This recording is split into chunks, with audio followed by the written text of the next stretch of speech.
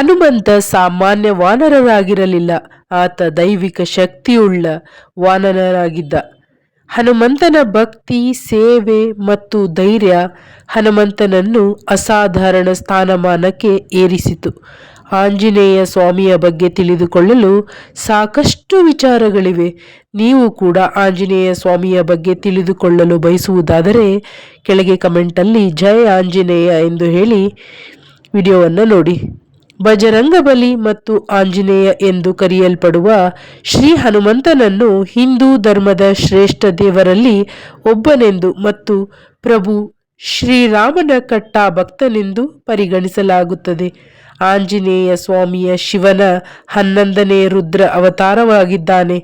ಆಂಜನೇಯ ಸ್ವಾಮಿಯ ಅಪಾರ ಶಕ್ತಿಯನ್ನು, ಬುದ್ಧಿವಂತಿಕೆಯನ್ನು ಮತ್ತು ಅಚಲ ಭಕ್ತಿಯನ್ನು ಹೊಂದಿದವನಾಗಿದ್ದನು. ಆಂಜನೇಯ ಸ್ವಾಮಿಯ ಭಕ್ತರಿಗೆ ಶಕ್ತಿ, ಧೈರ್ಯ, ಬುದ್ಧಿವಂತಿಕೆ ಮತ್ತು ಜ್ಞಾನವನ್ನು ಕರುಣಿಸುತ್ತಾನೆ. ಆಂಜನೇಯ ಸ್ವಾಮಿಯ ಬಗ್ಗೆ ಹೇಳುತ್ತಾ ಹೋದರೆ ಇದಕ್ಕೆ ಪಾರವೇ ಇರದು. ಆಂಜನೇಯ ಸ್ವಾಮಿಯು ಹಿಂದೂ ಧರ್ಮದಲ್ಲಿ ಪೂಜಿಸಲಾಗುವ ಪ್ರಮುಖ ದೇವರು ಮತ್ತು ದೇವತೆಗಳಲ್ಲಿ ಒಬ್ಬನಾಗಿದ್ದಾನೆ.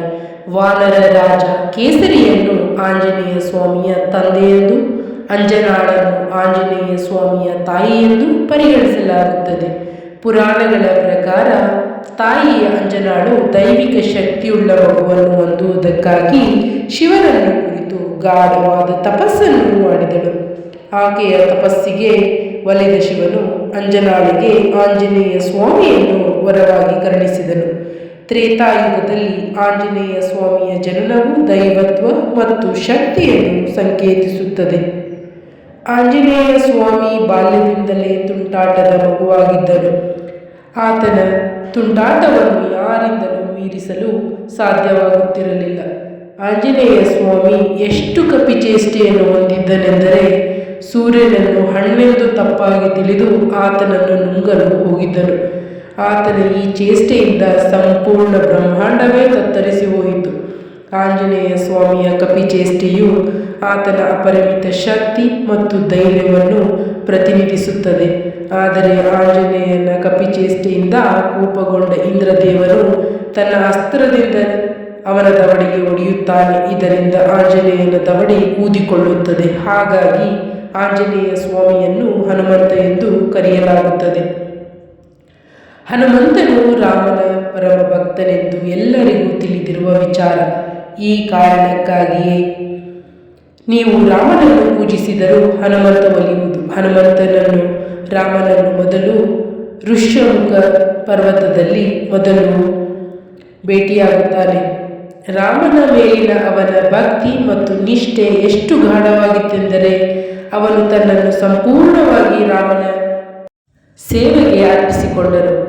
ಲಂಕೆಯಲ್ಲಿ ಸೀತೆಯನ್ನು ಹುಡುಕುವುದರಿಂದ ಹಿಡಿದು ರಾವಣನ ಸಂಹಾರದವರೆಗೂ ರಾಮನಿಗೆ ಸಹಾಯ ಮಾಡುವಲ್ಲಿ ಹನುಮಂತನಿದ್ದ. ರಾಮನ ಬಗೆಗಿನ ಹನುಮಂತನ ನಿಸ್ವಾರ್ಥ ಸೇವೆ ರಾಮನ ಬಂಟ ಎನ್ನುವ ಬಿರುದನ್ನು ತಂದುಕೊಟ್ಟಿತು. ಹನುಮಂತನು ತನ್ನೆಲ್ಲ ಶಕ್ತಿಯನ್ನು, ಪ್ರೀತಿಯನ್ನು, ಭಕ್ತಿಯನ್ನು ರಾಮನಿಗೆ ಅರ್ಪಿಸಿ ಬ್ರಹ್ಮಚರ್ಯವನ್ನು ಪಾಲಿಸಿದನು. ರಾಮನ ಸೇವೆಯೊಂದೇ ತನ್ನ ಜೀವನದ ಅಂತಿಮ ಗುರಿ ಎಂಬುದನ್ನು ಅವನು ಒಪ್ಪಿಕೊಂಡಿದ್ದನು. ಹನುಮಂತನ ಬ್ರಹ್ಮಚರ್ಯವು ಆತನ ದೈವಿಕ ಶಕ್ತಿಯನ್ನು ಪ್ರತಿನಿಧಿಸುತ್ತದೆ. ಹನುಮಂತ ಆ ಜನ್ಮ ಬ್ರಹ್ಮಚಾರಿ ಮಾತ್ರವಲ್ಲ, ಅವನು ಅಮರನೂ ಆಗಿದ್ದನು. ಹನುಮಂತನಿಗೆ ರಾಮ ಮತ್ತು ಸೀತೆ ಅಮರತ್ವದ ವರವನ್ನು ದಯಪಾಲಿಸಿದ್ದರು. ಹಾಗಾಗಿ ಇಂದಿಗೂ ಹನುಮಂತ ಭೂಮಿಯ ಮೇಲೆ ರಾಮನಾಮವನ್ನು ಜಪಿಸುತ್ತಿದ್ದಾನೆ ಎಂದು ಹೇಳಲಾಗುತ್ತದೆ.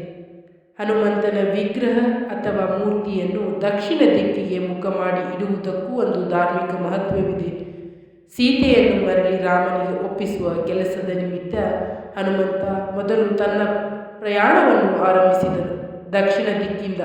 ಆದ್ದರಿಂದ ಹನುಮಂತನನ್ನು ದಕ್ಷಿಣ ದಿಕ್ಕಿನ ರಕ್ಷಕನೆಂದು ಕರೆಯಲಾಗುತ್ತದೆ. ಹನುಮಂತನ ಬ್ರಹ್ಮಚಾರಿಯಾಗಿದ್ದರಿಂದ ಮಹಿಳೆಯರು ಅವನನ್ನು ಪೂಜಿಸುವಂತಿಲ್ಲ. ಹನುಮಂತನ ವಿಗ್ರಹ ಅಥವಾ ಫೋಟೋವನ್ನು ಮಹಿಳೆಯರು ಸ್ಪರ್ಶಿಸಿದರೆ ಪೂಜೆಯನ್ನು ಮಾಡಬಹುದು ಹೊರತು ಅದನ್ನು ಸ್ಪರ್ಶಿಸಿ ಪೂಜೆಯನ್ನು ಮಾಡಬಾರದು. ಆಂಜನೇಯನಿಗೆ ಅನೇಕ ಹೆಸರುಗಳಿದ್ದು ಜನಪ್ರಿಯ ಹೆಸರುಗಳೆಂದರೆ ಹನುಮಾನ್, ಮಾರುತಿ, ವಾಯುಪುತ್ರ, ಬಜರಂಗಬಲಿ, ಕೇಸರಿ ನಂದನ, ಮಹಾವೀರ, ರಾಮದೂತ, ಅಂಜನಾಸುತ ಇತ್ಯಾದಿ ಇವರ ಶಕ್ತಿ ಭಕ್ತಿ ಕಾರ್ಯಗಳನ್ನು ಸೂಚಿಸುತ್ತವೆ. ವಿಶೇಷವಾಗಿ ಸಕಲ ಕಷ್ಟಗಳು ಸಮೃದ್ಧಿ. ಹನುಮಾನ್ ಇದು ಇವರ ಪ್ರಧಾನ ಹೆಸರು. ಅಂಜನಾಸುತ ಅಂಜನಾದೇವಿಯ ಮಗ, ವಾಯುಪುತ್ರ ಪವನಪುತ್ರ ವಾಯು ದೇವನ ಮಗ. ಮಾರುತಿ ಅವನ ಮಗನಾಗಿರುವುದರಿಂದ ಮಾರುತ ದೇವನ ಮಗನಾಗಿರುವುದರಿಂದ ಮಾರುತಿ ಎಂದು ಹೇಳಲಾಗುತ್ತದೆ.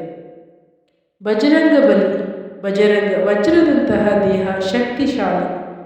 ಕೇಸರಿ ನಂದನ ಅವರ ಮಗ. ಮಹಾವೀರ್ ಮಹಾಪರಾಕ್ರಮಿ, ರಾಮದೂತ ರಾಮನ ದೂತ, ಸೀತಾ ಶೋಕ ವಿನಾಶನ ಸೀತೆಯ ದುಃಖವನ್ನು ನಿವಾರಿಸುವವನು, ಲಕ್ಷ್ಮಣನಿಗೆ ಪ್ರಾಣವನ್ನು ನೀಡಿದವನು, ಲಕ್ಷ್ಮಣ ಪ್ರಾಣದಾತ, ವಾನರರ ಅಧಿಪತಿ, ಕಪೀಶ್ವರ, ಶಂಕರನ ಅಂಶ, ಶಂಕರ ಸುತ, ಸಂಕಟಗಳನ್ನು ನಿವಾರಿಸುವವನು, ಸಂಕಟ ಮೋಚನ, ನಿತ್ಯ ಬ್ರಹ್ಮಚಾರಿ, ಬಾಲ್ಯ ಬ್ರಹ್ಮಚಾರಿ. ಈ ಹೆಸರುಗಳನ್ನು ಜಪಿಸುವುದರಿಂದ ಶೀಘ್ರವಾಗಿ ಹನುಮಂತನ ಕೃಪೆ ಲಭಿಸುತ್ತದೆ. ಜೀವನದಲ್ಲಿ ಧನಾತ್ಮಕತೆ, ಆತ್ಮವಿಶ್ವಾಸ ಹೆಚ್ಚಾಗುತ್ತದೆ ಮತ್ತು ಎಲ್ಲ ಅಡೆತಡೆಗಳು ನಿವಾರಣೆಯಾಗುತ್ತದೆ. ಹನುಮಂತನ 108 ಹೆಸರುಗಳು ಯಾವುವು ಎಂದು ತಿಳಿದುಕೊಳ್ಳೋಣ. ಭೀಮಸೇನ ಸಹಾಯಕ, ಕಪೀಶ್ವರಾಯ, ಮಹಾಕಾಯ, ಕಪಿಸೇನಾನಾಯಕ, ಕುಮಾರ ಬ್ರಹ್ಮಚಾರಿಣಿ, ಮಹಾಬಲ ಪರಕ್ರಾಮಿ, ರಾಮದೂತೈ, ವಾನರೈ, ಕೇಸರಿ ಸುತೈ, ಶೋಕ ನಿವಾರಣಾಯ, ಅಂಜನಾಗರ್ಭ ಸಂಭೂತಾಯ, ವಿಭೀಷಣ ಪ್ರಿಯ, ವಜ್ರಕಾಯ, ರಾಮಭಕ್ತಾಯ, ಲಂಕಾಪುರಿ ವಿದಾಯಕ, ಸುಗ್ರೀವ ಸಚಿವಾಯ, ಪಿಂಗಲಾಕ್ಷಾಯ, ಮರ್ಕಟಾಯ, ರಾಮಕಥಾಲೋಲಾಯ, ಸೀತಾನ್ವೇಷಣಕರ್ತ, ವಜ್ರಕಾಯ, ರುದ್ರವೀರ್ಯ, ವಾಯುವಿನ ಪುತ್ರ, ರಾಮಭಕ್ತ, ವನರೇಶ್ವರ, ಬ್ರಹ್ಮಚಾರಿ, ಆಂಜನೇಯ, ಮಹಾವೀರ, ಹನುಮತೆ, ಮಾರುತಾತ್ಮಜ, ತತ್ವಜ್ಞಾನ ಪ್ರದಾತ, ಸೀತಾಮುದ್ರ ಪ್ರದಾತ, ಅಶೋಕವರ್ಣಿಕ ಕ್ಷೇತ್ರ, ಸರ್ವಮಾಯ ವಿಭಂಜನ, ಸರ್ವಬಂಧ ವಿಮೋತ್ರ, ರಕ್ಷಾ ವಿಧ್ವಂಸಕಾರಿ, ಪರವಿದ್ಯಾ ಪರಿಹಾರಿ, ಪರಮ ಶೌರ್ಯ ವಿನಾಶಾಯ, ಪರಮಂತ್ರ ನಿರಾಕರ್ತೆ, ಪರಯಂತ್ರ ಪ್ರಭೇದಕಾಯ, ಸರ್ವಗ್ರಹ ನಿವಾಸೆ, ಸರ್ವದುಃಖಹರಾಯ, ಸರ್ವಲೋಕಚಾರಿಣೆ, ಮನೋಜವಂ ಪಾರಿಜಾತ ಮೂಲಸ್ಥಾಯ, ಸರ್ವಮೂತ್ರ ರೂಪವತೆ, ಸರ್ವತಂತ್ರ ರೂಪಿಣೆ, ಸರ್ವಯಂತ್ರಾತ್ಮಕಾಯ, ಸರ್ವರೋಗಹರಾಯ ಪ್ರಭುವೆ, ಸರ್ವವಿದ್ಯಾ ಸಂಪತೆ, ಭವಿಷ್ಯ ಚತುರಾನನ, ರತ್ನಕುಂಡಲ ವಾಹಕ, ಚಂಚಲದ್ವಾಲ, ಗಂಧರ್ವ ವಿಧ್ವಂಸ, ಕಾರಾಗೃಹ ವಿಮೋಕ್ಷಿ, ಸರ್ವಬಂಧ ಮೋಚಕಾಯ, ಸಾಗರೋತ್ತರಕಾಯ, ಪ್ರಜ್ಞಾಪವತೆ, ಬಾಲಾರ್ಕ ಸದ್ರಾಶನಾಯ, ಗ್ರೀವ ಕುಲಾಂತಕ, ಲಕ್ಷ್ಮಣ ಪ್ರಾಣದಾತಾಯ, ಮಹಾದುತೆಯೇ, ಚಿರಂಜೀವನೇ, ದೈತ್ಯ ವಿಧಾತಕ, ಅಕ್ಷಹಂತೆ, ಕಲನಾಭಾಯ, ಕಾಂಚನಭಾಯ, ಪಂಚವಕ್ತ್ರಾಯ, ಮಹಾತಪಸಿ, ಲಂಕಿನಿ ಭಂಜನ, ಶ್ರೀಮತೆ, ಸಿಂಹಕಾರ್ಪಣಹರ್ತ, ಲೋಕಪೂಜಾಯ, ಧೀರಾಯ, ಶೂರೆ, ದೈತ್ಯ ಕುಲಂತಕ, ಸುರರ್ಜಿತ, ಮಹಾತೇಜಸ್, ರಾಮಚೂಡಾಮಣಿಪ್ರದಾಯ, ಕಾಮರೂಪಿಣಿ, ಮೈನಾಕಪೂಜಿತಾಯ, ಮಾರ್ತಾಂಡಮಂಡಲ, ವಿನೀತೇಂದ್ರಿಯ, ರಾಮಸುಗ್ರೀವ